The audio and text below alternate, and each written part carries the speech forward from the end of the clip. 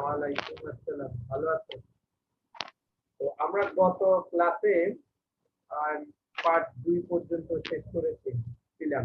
হ্যাঁ, তো পার্ট 2 থেকে আমি দুই একটা প্রশ্ন করি, দেখি তোমাদের মনে আছে কিনা কারো।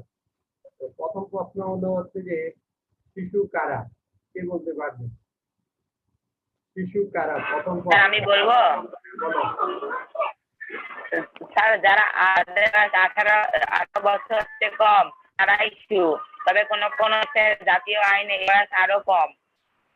একটু সুন্দর করে বলতে হবে বাবা, বলতে হবে এইবার। জাতিসংঘ সনদ অনুযায়ী 18 বছরের কম বয়সী সকল মানুষকে বলা হয় শিশু। তোমার উত্তর ঠিক আছে, আমরা সঠিক উত্তর বলেই ধরে নিলাম, কিন্তু শুধু একটু গুছিয়ে বললে ভালো। পরীক্ষার খাতায়ও এইভাবে গুছিয়ে দিন। আচ্ছা, এবার আমরা চলে যাই আরেকটা প্রশ্নে। দ্বিতীয় প্রশ্নে দ্বিতীয় প্রশ্ন হচ্ছে যে কত সালে জাতিসংঘ শিশু অধিকার সনদ কার্যকর করা হয় বা হচ্ছে যে আমি বলি। হ্যাঁ বলো। স্যার 1969 সাল। কত আবার বলো এটা। স্যার আমি বলবো। হ্যাঁ বলো। স্যার আমি বলবো। একদম। হ্যাঁ, কত হবে? স্যার 1989 সাল। হ্যাঁ, 1989 সাল। একজন 69 বলে ফেলতে, তাহলে হবে 1989। আচ্ছা, তাহলে আমরা দুইটা প্রশ্ন দিয়ে শেষ করলাম। আরেকটা প্রশ্ন সম্পর্কে একটা প্রশ্ন বলি তোমাদেরকে। সেটা হচ্ছে কতগুলো পয়েন্ট থাকবে, সেটা সেই প্রশ্নটা হলো কিভাবে আমরা শিশু অধিকার নিশ্চিত করতে পারি? কে বলতে পারবে এটা? স্যার আমি বলবো। হ্যাঁ বলো।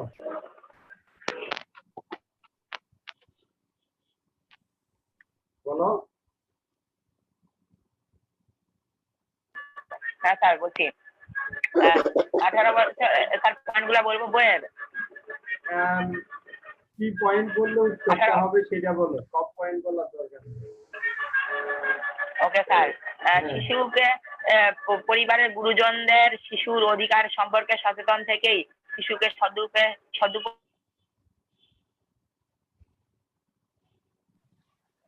তোর মাইক মিউট হয়ে গেছে। মাইক মিউট করতে একজনের বাসা থেকে বিয়ের শব্দ আসতেছিল, বিয়ের সানাইয়ের শব্দ। আবার আচ্ছা, তোমারটা আমি আবার বলি। স্যার আমি বলছি। হ্যাঁ হ্যাঁ বলো। বলো। শিশুকে মারধর বা অত্যাচার থেকে রক্ষা করার জন্য সরকারকে কার্যকর ভূমিকা পালন করতে হবে। শিশুকে মাতা পিতা ও নিজের সঠিক পরিচয় ব্যবহারের অধিকারী হতে হবে। শিশু যাতে কোনো কারণে নির্যাতিত না হয় সে বিষয়ে রাষ্ট্রীয়কে ভূমিকা পালন করতে হবে। শিশুর খাদ্য, বস্ত্র, বাসস্থান, শিক্ষা। পেয়ে গেছি, আর লাগবে না। অনেক ধন্যবাদ, ভেরি গুড। তাহলে সংক্ষেপে আমি আবার গুছিয়ে বলে দিই।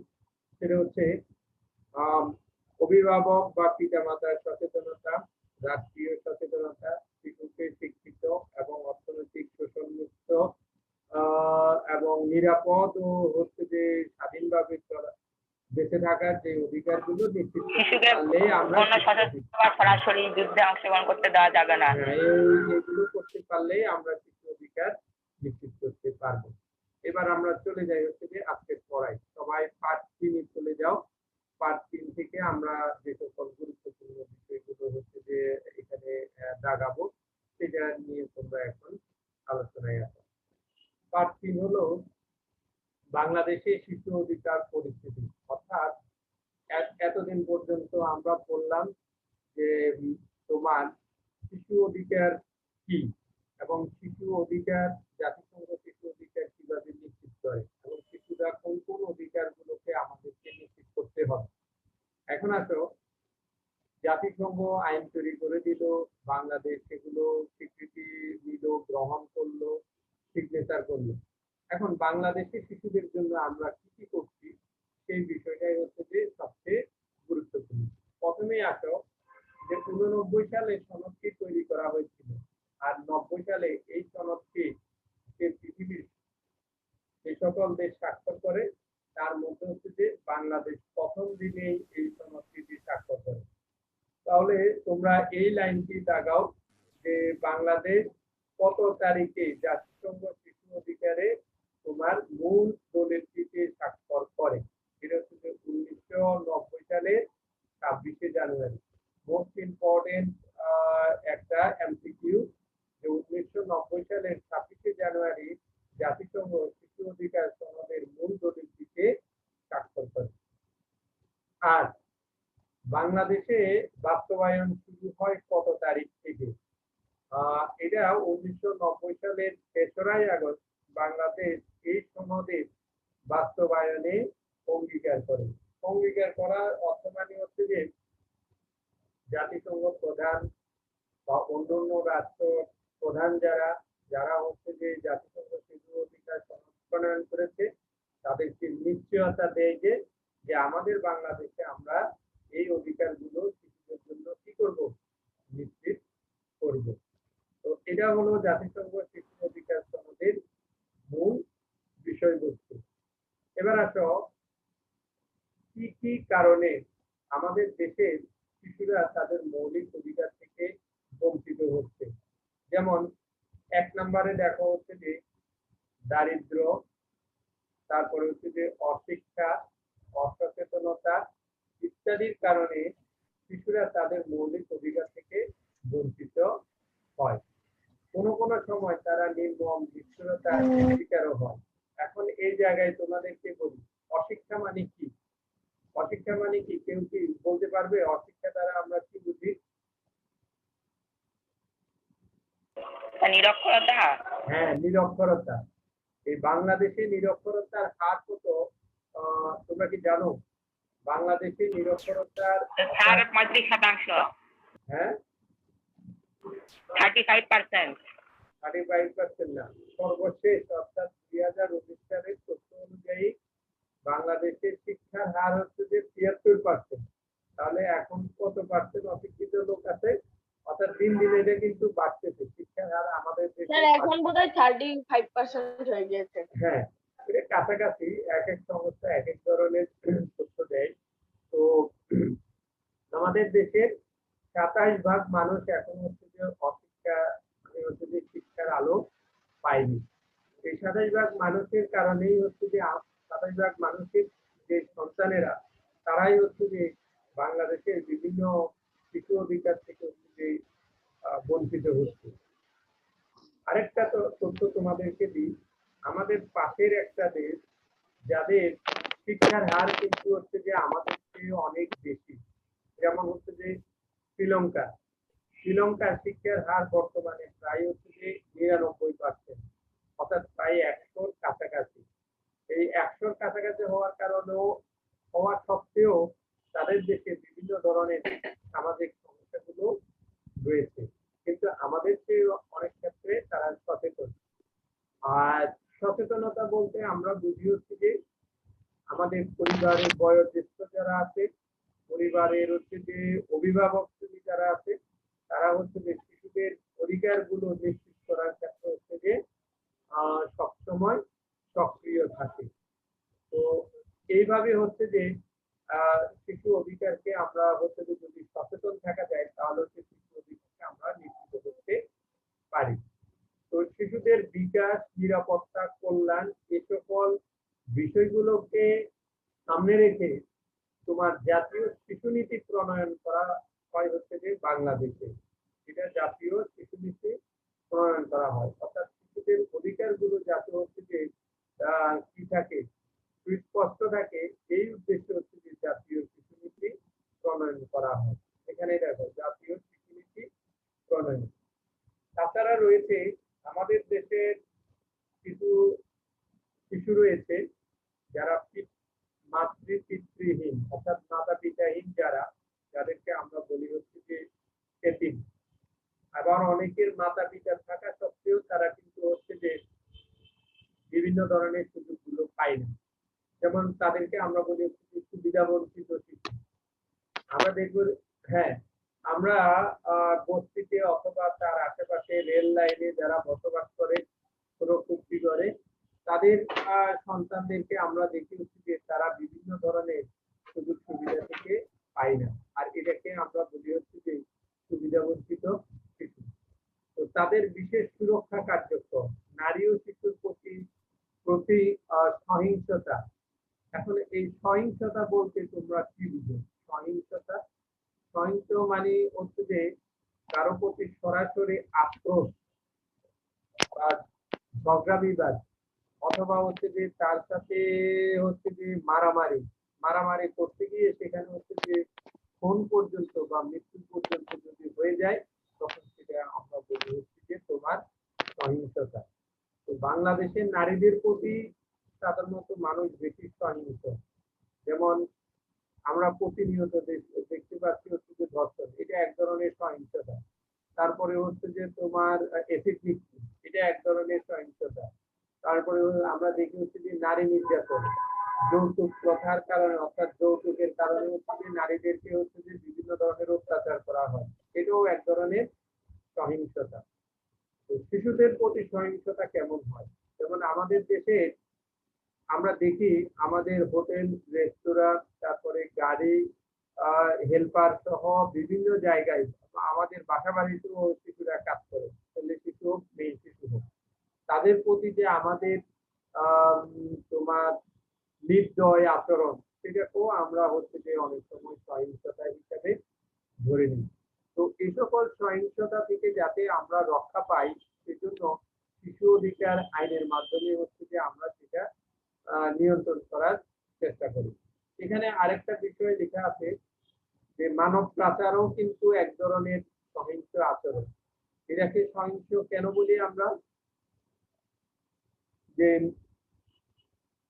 আমাদের দেশের অনেক শিশুকে তোমার হচ্ছে যে বিদেশে পাচার করা হয়, সেখানে তাদেরকে হচ্ছে যে উটের জকি হিসেবে ব্যবহার করা হয়, মানে উট চড়ানোর কাজে ব্যবহার করা হয়। আবার হচ্ছে যে এসব শিশুদেরকে হচ্ছে যে হত্যা করে তাদের দেহের বিভিন্ন অঙ্গ, যেমন হচ্ছে রেটিনা, কিডনি, লিভার, এগুলো বিক্রি করে দেয়। এই ধরনের নির্মম বা নির্দয় ঘটনাও তোমার ঘটে থাকে, যেটাকে আমরা সহিংস ঘটনা হিসেবে কি করি, চিহ্নিত করি। এই সহিংস ঘটনাগুলো থেকে হচ্ছে যে বেরিয়ে আসার জন্য আমাদের এই নারী শিশু অধিকার আইনগুলো করা হয়েছে। আবার আমাদের দেশের অনেক নারীকেও বিদেশে পাচার করা হয়, পাচার করে হচ্ছে যে মধ্যপ্রাচ্য সহ বিভিন্ন দেশে এই পাচারকৃত নারীদেরকে হচ্ছে যে অনৈতিক কাজ এবং হচ্ছে যে তাদের প্রতি হচ্ছে যে চরম নির্যাতন চালানো হয়, যেগুলো মানবাধিকারের কি বিপক্ষে কাজ করে এবং তাদের মৌলিক অধিকারকে মৌলিক অধিকারকে বিঘ্নিত করে। তাহলে এবার দেখো বাংলাদেশে উল্লেখযোগ্য শিশু অধিকার বা অধিকারকে প্রতিষ্ঠিত করার জন্য আমরা কি কি উদ্যোগগুলো গ্রহণ করছি। এক হচ্ছে যে শিশুর অপুষ্টি দূরীকরণ। এই অপুষ্টি বলতে আমরা কি বুঝি? আমাদের দেশে অনেক দরিদ্র পরিবার রয়েছে যারা হচ্ছে যে পুষ্টি সমৃদ্ধ খাবার খেতে পারে না, অর্থাৎ তারা অলরেডি হচ্ছে যে ভাত, ডাল, আলু ভর্তা বা হচ্ছে যে শাকসবজি দিয়ে হচ্ছে যে তাদের 3 বেলার আহার চলে, কিন্তু কথাটা আস্তে শোনা যাইতেছে। অর্থাৎ প্রোটিন জাতীয় খাবার গ্রহণের জন্য তাদের মাছ, মাংস, ডিম জাতীয় যে সকল খাবারের প্রয়োজন রয়েছে, সেগুলো হচ্ছে যে তারা পায় না। ফলে কয়েকজন অ্যাড হতে যাচ্ছে। হ্যাঁ, ফলে তারা হচ্ছে যে শিশু বা হচ্ছে যে তোমার কি থেকে পুষ্টিহীনতায় ভুগে থাকে, অর্থাৎ খাদ্যের অভাবে, প্রয়োজনীয় খাদ্যের অভাবে। এরপরে রয়েছে শিশু স্বাস্থ্য নিশ্চিতকরণ। শিশু স্বাস্থ্য বলতে আমরা যদি আমাদের দেশের শিশুরা হচ্ছে যে বিভিন্ন ধরনের রোগ বালায় আক্রান্ত হয়, তাদেরকে সরকারি হাসপাতালে বিনামূল্যে চিকিৎসা দেওয়া এবং হচ্ছে যে বিভিন্ন ধরনের প্রতি সংক্রামক রোগ এবং থেকে প্রতিকার করার জন্য তাদেরকে টিকা প্রদান হচ্ছে যে শিশু স্বাস্থ্য নিশ্চিতকরণের অন্তর্ভুক্ত। তাহলে এটা আমরা কি গেলাম, শিশু স্বাস্থ্য নিশ্চিতকরণের অন্তর্ভুক্ত। যেমন এখানে আমরা দেখতে পাচ্ছি অন্ধত্ব। এক সময় শিশুরা ভিটামিনের অভাবে, অর্থাৎ আমাদের দেশের দরিদ্র অনেক পরিবারের সন্তানেরা হচ্ছে যে অন্ধত্ব সে ভুগতো। অন্ধ মানে হচ্ছে যে চোখের পাওয়ার কমে যাওয়া। তো শহর এলাকার অনেককে দেখি তোমার কিসের হচ্ছে যে তোমার অনেক বড় বড় কি এই চশমা ব্যবহার করতেছে, মোটা পাওয়ারের চশমা ব্যবহার করতেছে। কেন? কারণ দেখা যায় যে শুধুমাত্র মাছ মাংস ডিম খাওয়াও কিন্তু অপুষ্টির লক্ষণ। এটা কি তোমরা জানো? শুধুমাত্র মাছ মাংস ডিম খেলেও এটা অপুষ্টির লক্ষণ। কারণ তখন চোখের যে ইয়েস স্যার। দৃষ্টি, এটাকে বলা হয় যে বড় লোকের অপুষ্টি। প্রত্যেক দিনে মাছ মাংস ডিম খাচ্ছে কিন্তু শাকসবজি খাচ্ছে না, এটাকে বলা হচ্ছে যে বড় লোকের অপুষ্টি। তাহলে আমাদেরকে শাক সবজিও খেতে হবে, মাছ মাংস ডিমও খেতে হবে। যেমন গরিবেরা ভোগে হচ্ছে যে মাছ মাংসের অভাবে অপুষ্টিতে, আর ধনীরা ভোগে হচ্ছে যে শাকসবজির প্রয়োজনীয় অপুষ্টির অভাবে। সেই জন্য আমরা দেখি চোখে মোটা মোটা চশমা, অথবা অনেক সময় আমরা স্বাস্থ্যগতভাবে অনেক দুর্বলতায় অনুভব করি। এবার আমরা চলে যাই হচ্ছে যে পরের লাইনটা দাগাও, ভিটামিন এ ক্যাপসুলের এই কথাটা আমরা বললাম। এবার চলে যাই হচ্ছে যে আমরা সবার জন্য শিক্ষা নিশ্চিত করো। আমাদের দেশে কিছু লোক আছে যেমন হচ্ছে যে সবার জন্য শিক্ষা নেই, অর্থাৎ তারা মৌলিক অধিকার থেকে বঞ্চিত। যেমন হচ্ছে যে বিহারি যারা, তাদেরকে আমাদের দেশে শিক্ষা গ্রহণ, সরকারি চাকরি, তারপরে হচ্ছে যে অন্যান্য রাষ্ট্রীয় অনেক সুযোগ সুবিধা কি করা হয় না, প্রদান করা হয় না। কেন? তারা হচ্ছে যে আমাদের দেশের প্রকৃত নাগরিক নয়, সেই কারণে। তবে বর্তমান সময়ে বা ইদানিং সময়ে হচ্ছে যে তাদেরকে হচ্ছে যে শিক্ষিত করার জন্য, সচেতন করার জন্য হচ্ছে যে তাদের প্রাথমিক শিক্ষা বা উচ্চ মাধ্যমিক শিক্ষা পর্যন্ত তাদেরকে গ্রহণের সুযোগ দেওয়া হচ্ছে, যাতে তারা অসচেতন না থেকে এবং সমাজের জন্য বিভিন্ন সমস্যার সৃষ্টি না করে, তারা যাতে সচেতন থাকে। এটাকে আমরা বলি হচ্ছে যে প্রাথমিক শিক্ষা বাধ্যতামূলককরণ। এবার পরের লাইনে আসো, সেটা হচ্ছে তোমার জোর জবরদস্তি বা ভারী কাজের কোনগুলো, অর্থাৎ আমরা কোনগুলো ভারী কাজের জন্য শিশুদেরকে ব্যবহার করি। ভারী কাজ হচ্ছে যে ধরো গাড়ির গ্যারেজে তাদেরকে আমরা কাজ করতে দিই, আর তারপর হচ্ছে ভারী যন্ত্রপাতি উঠাতে দিই। আবার বাসা বাড়িতেও হচ্ছে যে ভারী জিনিসপত্র নিয়ে যাওয়ার জন্য তাদেরকে অর্ডার করি। এগুলোকে আমরা বলি হচ্ছে যে জোর জবরদস্তিমূলক কাজ। আবার এরকমও রয়েছে পথ শিশু অথবা হচ্ছে যে দরিদ্র শিশু, যারা হচ্ছে যে মাদক পাচার, তারপরে হচ্ছে যে তোমার এই ধরনের কাজের সাথে জোর করে হচ্ছে যে তাদেরকে ব্যবহার করা হয়। এগুলোকে আমরা বলি হচ্ছে যে ঝুঁকিপূর্ণ কাজ। পথ শিশু, বিশেষ করে পথ শিশু কারা? আমাদের দেশে অনেক শিশুরে দেখি যে ঘর বাড়ি নেই, তারা রাত্রে বেলায় রেল লাইন, তারপরে ফুটপাত, তারপরে ওভারব্রিজ, ফুট ওভারব্রিজ, এগুলোতে হচ্ছে যে তারা বসবাস করে বা হচ্ছে যে রাত্রেবেলা ঘুমায়। এদেরকে আমরা বলি হচ্ছে যে পথ শিশু। এই পথ শিশুদেরকেও বিকাশ এবং তাদের গ্রহণ উপযোগী করে তোলার জন্য আমাদেরকে রাষ্ট্রীয় ব্যবস্থা নিতে হবে, শিক্ষা আশ্রয় দিতে হবে।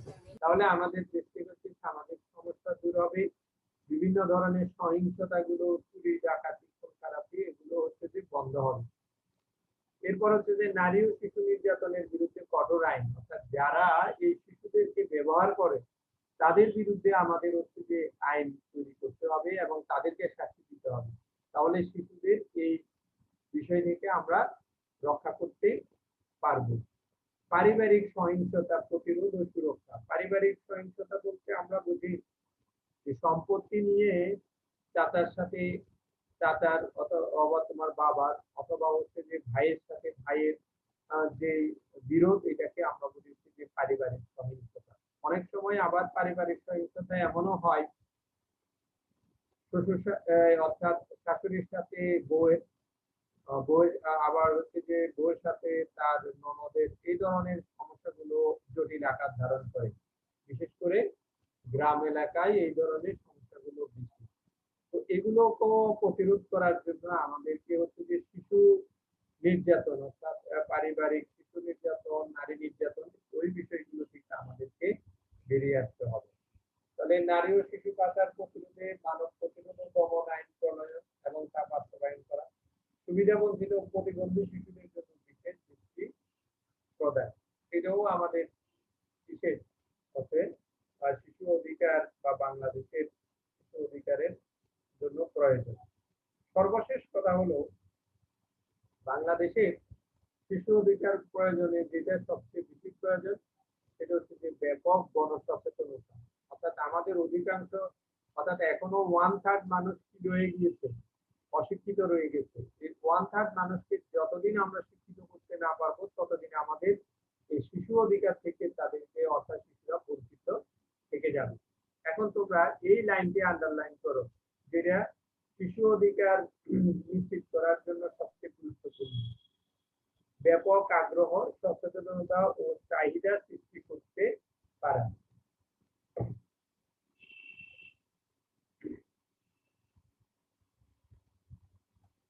স্যার লাস্ট লাইনটা হ্যাঁ, লাস্ট লাইনটা এটাকে আমরা বলি হচ্ছে যে সংক্ষেপে বলি হচ্ছে যে গণসচেতনতা। অর্থাৎ ব্যাপক যে সচেতনতা, এটাকে সংক্ষেপে বলা হয় হচ্ছে যে ব্যাপক গণসচেতনতা। অর্থাৎ ব্যাপক হারে যখন আমরা গণসচেতনতা তৈরি করতে পারবো তখনই আমাদের মধ্যে এই আগ্রহ, সচেতনতা এবং চাহিদাগুলো সৃষ্টি হবে। ঠিক আছে স্যার? হ্যাঁ বলো। পারিবারিক সহিংসতা স্যার, ওটা বুঝি নাই। কোনটা? পারিবারিক সহিংসতা। পারিবারিক সহিংসতা। আচ্ছা, পারিবারিক সহিংসতা আবার বলছি তোমাদেরকে। পারিবারিক সহিংসতা বলতে বোঝানো হচ্ছে যে একটি পরিবারের নারীর প্রতি নারীর যে ঝগড়া বিবাদ, নারী নারীর ঝগড়া বিবাদ, তারপরে হচ্ছে যে বাবা চাচার মধ্যে সম্পত্তি নিয়ে ঝগড়া বিবাদ, তারপরে হচ্ছে যে একটা পরিবারে তাদের কাজের ছেলে বা মেয়ে রয়েছে, তাকে নির্যাতন করা, তাকে মারধর করা, তাকে হুমকি দিয়ে হচ্ছে যে কি করা, সেক্স দেওয়া, তার হচ্ছে যে চুল কেটে দেওয়া, এই ধরনের। আবার আমরা অনেক সময় দেখতে পাই কাজের বুয়াটিও কি করে, পরিবারের যে ছোট বাচ্চা সন্তানটি রয়েছে তাকে হচ্ছে যে মারধর করা, তার মাধ্যমে তাকে নির্যাতন করা, এগুলোকে আমরা বলি যে পারিবারিক সহিংসতা। এখন বুঝতে পেরেছ? জি স্যার। Yes sir. এবার আমরা চলে যাই আমাদের অন্য প্রশ্নে।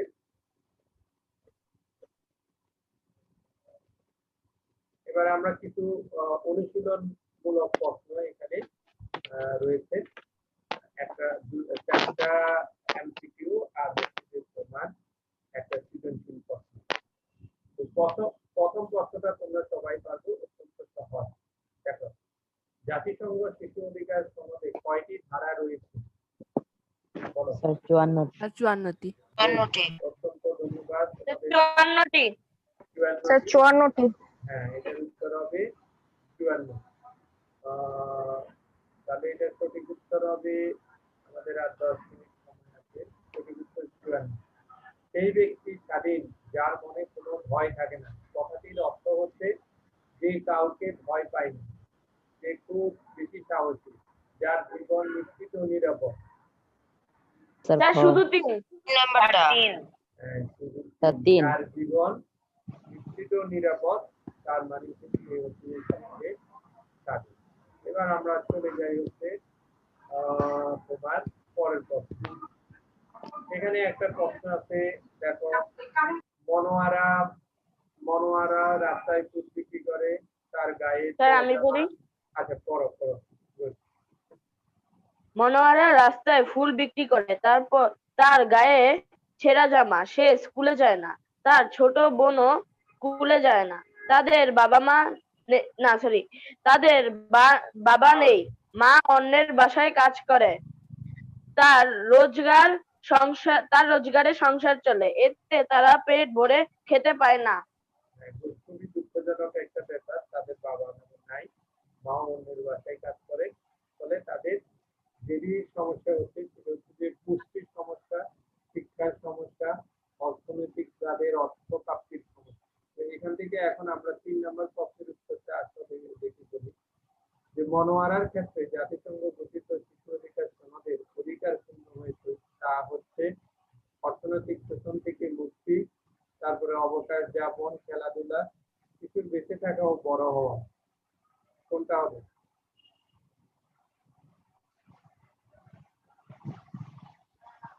স্যার খ মনে হয়।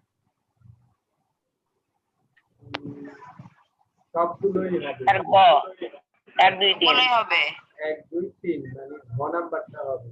তারা অর্থনৈতিক শোষণ থেকে মুক্তির অধিকারটি পূর্ণ হয়েছে, অবকাশ যাপন এবং খেলাধুলাটা তাদের পূর্ণ হয়েছে, তার বেঁচে থাকা, বেঁচে থেকে বড় হওয়া, বেঁচে থাকা এবং বড় হওয়াটাও পূর্ণ হয়েছে। তো এটাকে আমরা বলবো হচ্ছে যে 1 2 3 4 নাম্বার প্রশ্ন। এটার উত্তর হবে এটা, না সরি এটা, ওই পুরাটাই হয়ে যাবে। এরপরে আমরা চলে যাই মনোয়ারার যে অধিকার পূর্ণ হয়েছে তা রক্ষা করার প্রধান দায়িত্ব কার? সমাজের, পরিবারের, রাষ্ট্রের হ্যাঁ, রাষ্ট্রের। অত্যন্ত রাষ্ট্রের। ধন্যবাদ সবাইকে। রাষ্ট্রের সবাই উদ্দীপকটা বুঝতে পেরেছ, অধ্যায়টা ভালোভাবে বুঝতে পেরেছ, সেই জন্য উত্তর দিতে পারো। এবার আমরা চলে যাই সৃজনশীল প্রশ্নে। তো সৃজনশীল প্রশ্ন লেখার ক্ষেত্রে তোমাদের যেহেতু 3 এবং 4 নাম্বার প্রশ্নে একটু ঝামেলা হয়, কিভাবে লিখতে হচ্ছে যে বেশি নাম্বার মানে ফুল নাম্বার পাওয়া যায়, স্যার আপনার কথা ঠিক মতো শোনা যাচ্ছে না। কিভাবে পড়লে হচ্ছে যে ঠিক ইয়েস স্যার পাওয়া যায়, সেটা নিয়ে হচ্ছে যে আমাদের সমস্যা রয়েছে। তো এখানে আমরা এখন যেটি বলবো সেটি হচ্ছে যে তোমার কত পার্সেন্ট সেটা লিখলে বা কতটুকু লিখতে হচ্ছে যে আমরা সঠিক উত্তরটি দিচ্ছি। তো ঘ নাম্বার প্রশ্নে আসে, ঘ নাম্বার এই উদ্দীপকটা আমরা দেখি প্রথমেই যে রিপা ও রিমা দুই বোন কাগজ দিয়ে তারা রোবট বানানোর চেষ্টা করছিল। তাদের মা দেখে ধমক দেন এবং জিনিসপত্রগুলো ডাস্টবিনে ফেলে দেন। ঠিক তখনই টিভিতে শিশু অধিকার নিয়ে একটি আলোচনা অনুষ্ঠান চলছিল, যা দেখে তিনি তার ভুল বুঝতে পারেন।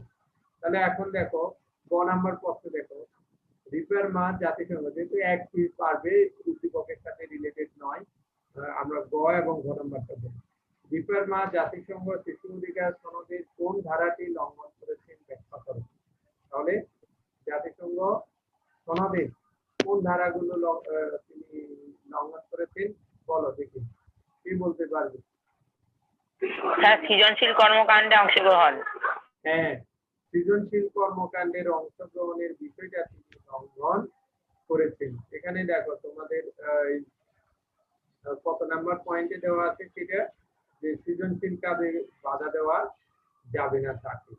এই দেখো, মা বাবার নির্দেশে চিন্তা শক্তি, বুদ্ধি বিকাশ ও ধর্মীয় কাজে এবং তাদেরকে বকাঝকা, মারধর কিংবা অন্যভাবে বকাঝকা করা যাবে না।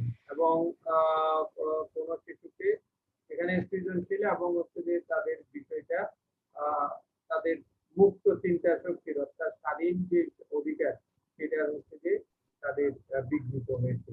তো আমরা এখানে বলবো যে তখন জাতিসংঘ শিশু অধিকার সনদের বিষয়গুলো নিয়ে হচ্ছে যে তোমাদেরকে লিখতে হবে, অর্থাৎ জাতিসংঘ শিশু অধিকার সনদের ধারাটি লঙ্ঘিত হয়েছে, এটা তখন ব্যাখ্যা করবো, পয়েন্টগুলো তোমরা লিখবে। এবার আসলে 4 নাম্বার পয়েন্ট, যে রিপার মার করণীয় কি ছিল, তোমার পাঠ্যপুস্তকের আলোকে মতামত দাও। করণীয় হচ্ছে যে তাকে হচ্ছে যে উৎসাহ প্রদান করা, অর্থাৎ তোমরা যদি নিজ থেকে বানিয়ে লিখো বা বইয়ের সাথে বানিয়ে লিখতে যাও, তাহলে বিষয়টা হবে এই ধরনের, যে তাকে বকা না দিয়ে হচ্ছে যে তার অধিকারগুলোকে প্রতিষ্ঠিত করা বা তাকে সেই কাজটি করতে দেওয়ার সুযোগ তৈরি করা ছিল হচ্ছে যে রিপার মার অধিকার। তার মানে হচ্ছে যে তার শিশু অধিকার বাস্তবায়ন বা নিশ্চিতকরণ টা আমরা লিখবো। তখন আমরা লিখবো শিশু রিপার মার প্রয়োজন ছিল তার সৃজনশীল কাজের জন্য তাদেরকে উৎসাহ দেওয়া, জাতিসংঘ সনদ অনুযায়ী যে কোনো শিশুকে পারিবারিক কোনো কাজ বা তার অধিকার বা মত আদর্শের বিরুদ্ধে গিয়ে তাদেরকে বকাঝকা না করা, তাদেরকে হচ্ছে যে সেই কাজের জন্য আরো বেশি সুযোগ করে দেওয়া, উৎসাহ প্রদান করা। অর্থাৎ এই কাজগুলো এবং সৃজনশীল কাজের মাধ্যমে তার মত প্রকাশের অধিকারটি কি হয়, প্রকাশিত হয়। তাহলে নারী ও শিশু নির্যাতনের এই বিষয়গুলো গুলো আমরা এখানে লিখব। যে মা বাবার নির্দেশনায় শিশু যাতে তারপরে শিশুর অবকাশ যাপন, খেলাধুলা, সাংস্কৃতিক কর্মকাণ্ডে এবং হচ্ছে যে শিশুকে কেউ যেন অন্যভাবে ব্যবহার করতে না পারে তার নৈতিক বিষয়গুলো কি করে আমাদেরকে সচেতন থেকে তার অধিকারগুলোকে নিশ্চিত করতে হবে। এখন বুঝতে পেরেছো কোনগুলো লিখতে হবে? অর্থাৎ এই 4 নাম্বার প্রশ্নের উত্তরটা লিখতে গিয়ে তোমাকে নিজ থেকেও কিছু লাইন বানিয়ে লিখতে হবে। অর্থাৎ বানিয়ে লিখে, অর্থাৎ হুবহু বইয়ের গুলো তো আমরা পড়ে যাব। আর এটার ক্ষেত্রে আরেকটা কথা বলে রাখি, এই 4 নাম্বার প্রশ্নের উত্তরের ক্ষেত্রে তুমি হচ্ছে যে পয়েন্ট করে না লিখে, যেহেতু তোমার মতামত দেওয়া হয়েছে, এগুলো হচ্ছে যে বিবৃতি আকারে লিখবে। প্যারা করে লিখতে SW পারো, তো গ কিন্তু নাম্বার। পয়েন্ট করে লিখবে। তাহলে তোমাদের এইচডব্লিউ থাকবে হচ্ছে যে সৃজনশীল প্রশ্ন 1 পুরোটাই। সৃজনশীল প্রশ্ন 1 পুরোটাই। ঠিক আছে? আচ্ছা, আমি এখানে লিখে দিই বাড়ির কাজ অনুশীলনী সৃজনশীল প্রশ্ন 1।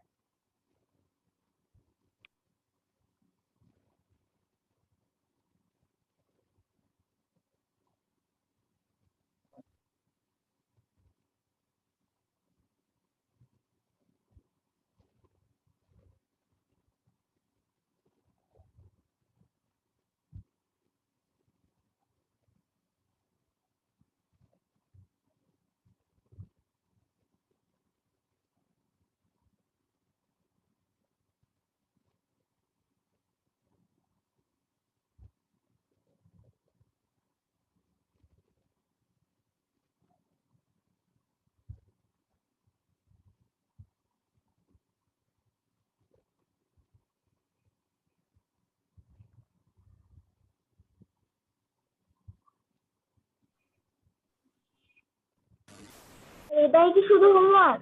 হ্যাঁ, এটাই শুধু হোমওয়ার্ক। সবার লেখা হয়ে গিয়েছে, হোমওয়ার্ক হিসেবে লিখে ফেলেছো। তাহলে আমরা এখন এটা অফ করে দিই নাকি?